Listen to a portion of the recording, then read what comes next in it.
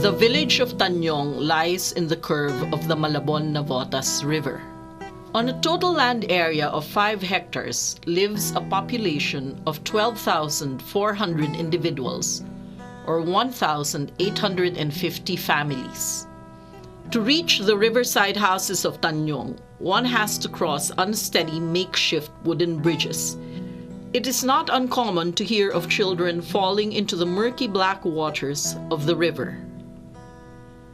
A survey revealed that only 10% of the households have toilets.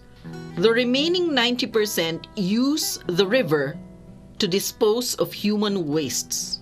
Only 10% avail of water piped into their houses. 90% buy water from entrepreneurs who fetch water from only 2 deep wells in the village. 5 gallons of water cost between 15 and 30 pesos, depending on the distance of the consumer's dwelling from either well. No one living in Tanyong owns their home or the land they live on.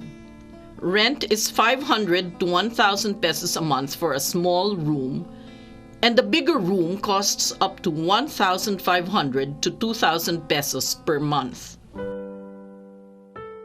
Jaime and his family live in the village of Tanyong. He was among the 70% of the population who migrated to Metro Manila from the provinces looking for a better life. A former peasant farmer, he now earns 165 pesos a day working hard labor at a construction site in Quezon City. Jaime and his wife Lucy can afford only 50 pesos a day to feed themselves and their 4 children. Jocelyn, 5 years old. Marites, 4 years old. Antonio, 2.5 years old. And Rosario, 1 year and 4 months old. Lucy tries her best to provide 3 meals a day, often skipping meals herself to feed her children. Instead of a good life, Jaime and Lucy found themselves chronically in debt. Lucy graduated from high school, unlike Jaime, who completed only 3 years of elementary education. Neither of them learned the proper ways of caring for children. When the eldest child was still a baby, Lucy was told by a physician not to breastfeed her child. She was told to buy an infant formula instead.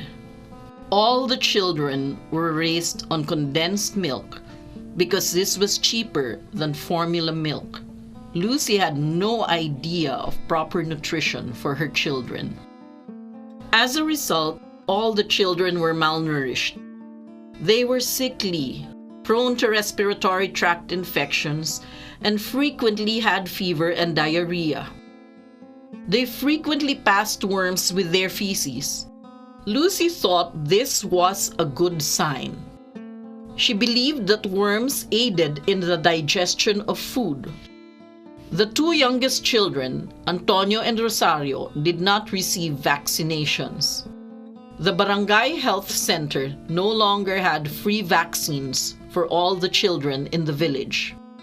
Rosario, the youngest, was the sickliest among their children. She was very thin, pale, and invariably suffered from diarrhea. One day, Rosario contracted measles. Lucy brought Rosario to the nearest public health center where consultation was free.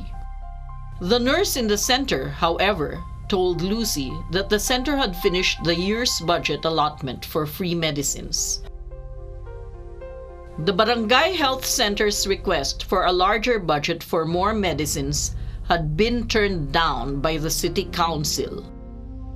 This was because the council suspected misuse of funds by the municipal health officer and by the mayor. Lucy decided to buy a bottle each of the medicines prescribed for Rosario. Carbocysteine for the cough at 109 pesos a bottle, a diarrhea medicine at 243 pesos a bottle, and an antibiotic at 150 pesos a bottle. After she finished the medicine, Rosario was still very ill. But the couple could no longer afford to buy more medicines for their child. Rosario's condition grew worse. Jaime and Lucy brought Rosario back to the health center, but were advised to bring her to a private hospital. After only one night, their bills piled up to 4,125 pesos. The couple decided to take Rosario home against the doctor's advice. Jaime and Lucy were told to bring Rosario back to the hospital once they had enough money to pay for services. After 1 week of continuous fever and diarrhea, Rosario continued to suffer dehydration. She became severely weakened and eventually died.